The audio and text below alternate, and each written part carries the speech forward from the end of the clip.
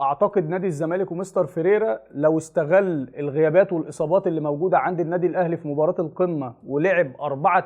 4-3-3 ولكن بشروط معينه، ممكن ان هو يحقق نتيجه ايجابيه وياخد المباراه للاتجاه اللي هو عاوزه. ومن اهم الشروط دي ان هو يلعب بمحمد عبد الغني في وسط الملعب. وليه بقول محمد عبد الغني في وسط الملعب؟ لان الزمالك محتاج لده في الوقت الحالي، انك تلعب بلعيب في وسط الملعب يكون ستاره قويه للاثنين سنتر باك، سواء مصطفى الزناري او حسام عبد المجيد، ويبقى على يمينهم حمزه المسلوسي وعلى شمالهم عبد الشافي. اتنين بيقدروا ان هم يشتغلوا دفاعيا كويس وبيتمركزوا بشكل سليم في المناطق الدفاعيه، وان انت بتعمل بلوكات كويسه جدا وتستفيد من وجود محمد عبد الغني في الكرات الطوليه والكره الثانيه. ومن الكرات العرضيه هتلاقي الراجل ده بيسقط، يبقى ما بين الاثنين سنتر باك وتبقى بتلعب بليبرو متاخر وانت معاك الكوره، يطلع ويزق نفسه قدام وتبقى بتلعب بليبرو متقدم او بمثلث قاعدته مقلوبه. ومن الاتجاه الثاني في وسط الملعب هتلعب باثنين كورتهم حلوه جدا وعندهم اتزان كويس قوي في وسط الملعب دفاعيا وهجوميا. تلعب على يمينه نبيل عماد دونجا وعلى شماله امام عاشور، وتستحوذ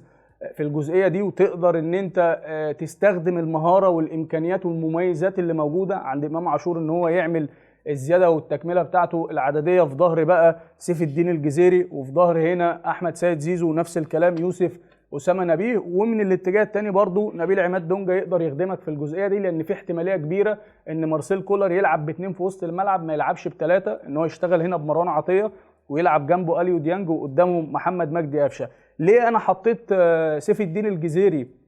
ناحيه اليمين بدلا من ان هو يلعب مهاجم صريح؟ لان سيف عنده من الملكه وعنده من الكواليتي والمهاره والسرعه ان هو يجبر محمد هاني ان الحته الهجوميه بتاعته تكون بحساب، وان يبقى عنده حذر في الزياده الهجوميه مع حسين الشحات، لان الخط بتاع حسين الشحات او الجبهه بتاعت الشحات ومحمد هاني هم الابرز في النادي الاهلي هجوميا الفتره الاخيره، وليهم ادوار واضحه جدا. وفي نفس الوقت الناحيه الثانيه انت بتدي حريه كامله لزيزو. كده كده علي معلول في كل مباريات القمه السابقه كان بيعمل حساب كبير جدا لوجود زيزو، لان عارف ان زيزو عنده سرعات وعنده مهاره ودايما بيلعب في المساحه الفاضيه، فان انت تسيب له مساحه وتجازف هجوميا وتطلع تعمل الزياده دي هيبقى عندك عبء ومشكله كبيره في التغطيه بتاعتك الدفاعيه، لان الراجل ده اللي هو حمزه المسلوسي ما بيتقدمش كتير ودايما بيعتمد على تمركزه في المناطق والاجزاء الدفاعيه. وانا بشوف ان الطريقه دي هتخدم الزمالك من حيث كمان التغييرات، ان هيبقى عند فيريرا حلول كتيره. ممكن سهل جدا ان انا لو عايز اغير الطريقه، لو انا كسبان ممكن اسقط محمد عبد الغني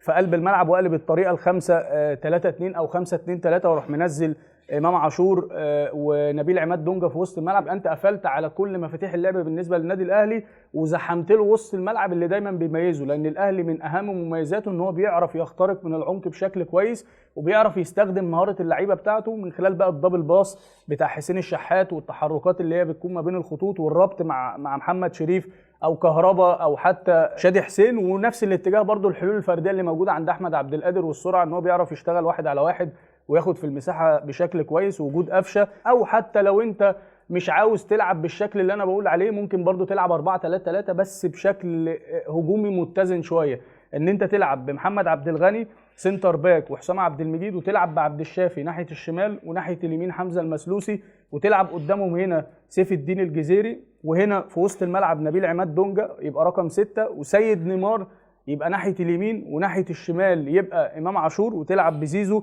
ويوسف اسامه نبيه. يبقى انت برضو هنا كونت وشكلت جبهات، ان سيد نيمار اصلا في الاساس راجل باك او ظهير هيقدر يخدم حمزه المسلوسي في الادوار الدفاعيه ويعمل معاه ضغط ثنائي سواء مع عبد القادر او حتى لما يطلع علي معلول، وان انت بتحرر الراجل ده اللي هو احمد سيد زيزو وما بتلزموش ان هو طول المباراه بيعمل سبرنتات او بيعمل اطوال